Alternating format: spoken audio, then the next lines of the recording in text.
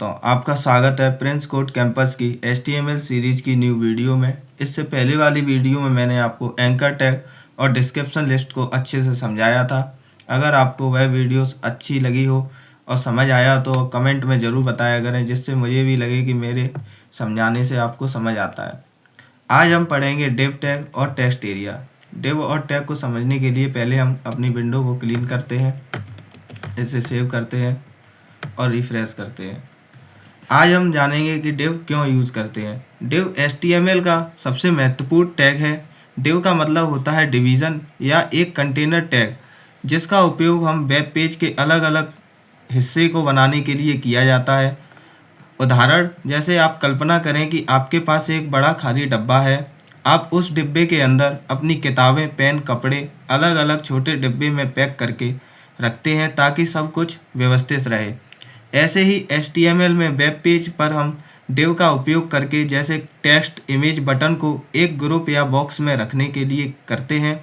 यह इसकी मुख्य विशेषता यह होती है कि यह ब्लॉक लेवल एलिमेंट है। यह पूरी चौड़ाई फुल विड्थ को घेरता है। इसके बाद आने वाला कंटेंट अगली लाइन से शुरू होता है। जैसे हम एक डिव क्रिएट करेंगे। यहाँ पर हमने एक डिव क्रिएट किया जिसमें हमने एक हेडिंग H1 और एक पैराग्राफ P दिया। अब इसे जब तक हम इस डिव को नहीं देख सकते जब तक हम इसकी CSS नहीं करते। जैसे अभी हम इसे सेव करेंगे और इसका आउटपुट देखेंगे तो यह सिर्फ सिंपल टेक्स्ट आएगा। इसे एक बार फिर से सेव करेंगे और इसे रिफ्रेश करेंगे तो देखेंगे सिंपल टेक्स्ट आया।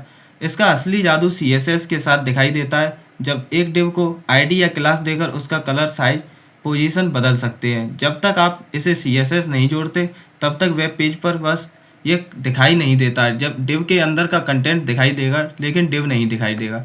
डिव को देखने के लिए हम इसे थोड़ी सी CSS देंगे।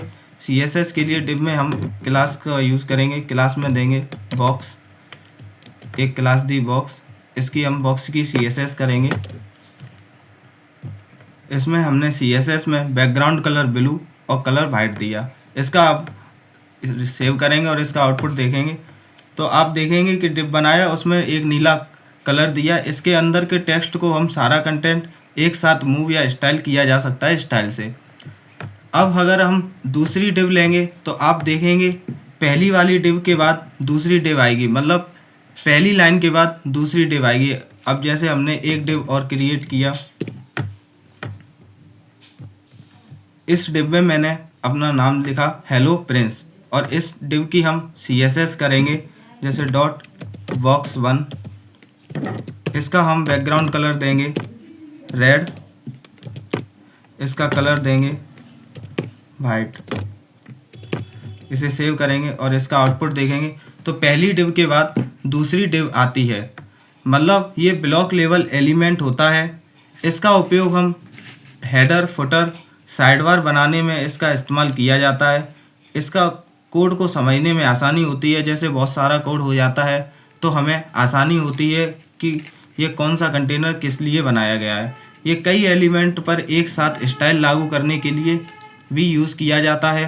संक्षेप में जैसे डिव को वेबसाइट डिज़ाइन की बुनियाद कहते हैं। अगर आप एक अच्छी वेबसाइट बनाना चाहते हैं तो आपको डिव का इस्तेमाल करना आना चाहिए। अब हम बात करते हैं टेक्स्ट एरिया का। टेक्स्ट एरिया जब यूज़ करते हैं जब आपको यूज़र से मल्टी लाइन टेक्स्ट जैसे फीडबैक, मैसेजेस या पता लेना है, तब हम टेक्स्ट एरिया का उपयोग करते हैं। इससे पहले हमने टेक्स्ट एरिया का एक छोटा सा रूप देखा था जिसे हमने इनपुट में टाइप टेक्स्ट दिया था, जो सिर्फ एक लाइन के लिए यूज़ होता है। जबकि टेक्स्ट एरिया में हम यूज़र से कितनी भी लाइन लिखवा सकते हैं। टेक्स्ट एरिया को यूज़ करने के लिए हम टेक्स्ट एरिया टैग का यूज़ करते हैं।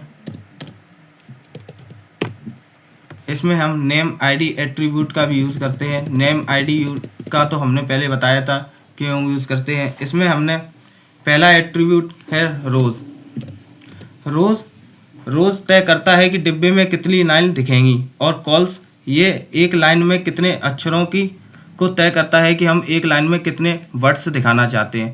पहले हम रोज़ में वैल्यू देंगे 20 पिक्सल और कॉल्स में देंगे हम 20 पिक्सल और इसको सेव करेंगे और इसका आउटपुट देखेंगे तो टेक्स्ट एरिया 20 पिक्सल रो और 20 पिक्सल कॉल्स की बन के आ गई। ये होता है, कॉल्स बताता है कि कितनी हाइट है और रोज बताता है कि कितनी लाइन लेनी है एक टेक्स्ट एरिया। इसमें हम प्लेस होल्डर का भी उपयोग कर सकते हैं, जिसमें हमने पहले बताया था कि प्लेस होल्डर डिब्बे के अंदर दिखने वाला धुंधला टेक्स्ट होता है जो यूज़र को बताता है कि उसमें क्या लिखना है। जैसे आप अपना संदेश लिखना चाहते हैं तो वह हम प्लेस होल्डर में लिख सकते हैं। टेक्स्ट, अब जैसे हमने टेक्स्ट क्लियर किया तो हम यहाँ पर कुछ भी टाइप कर सकते हैं और जितना चाहें उतना टाइप कर सकते हैं। और वहाँ पर हमने इनपुट में जब टाइप टेक्स्ट लिया था वह सिर्फ कुछ उसकी मिनिमम विड्थ होती है कि हम उससे ज़्यादा उसमें कुछ कंटेंट ले नहीं सकते, और टेक्स्ट एरिया में हम यूज़र से जितना चाहें उतना लिखवा सकते हैं।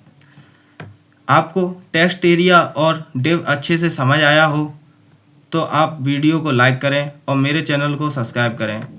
आगे की प्लेलिस्ट CSS को हम जल्द ही स्टार्ट करेंगे। थैंक्स।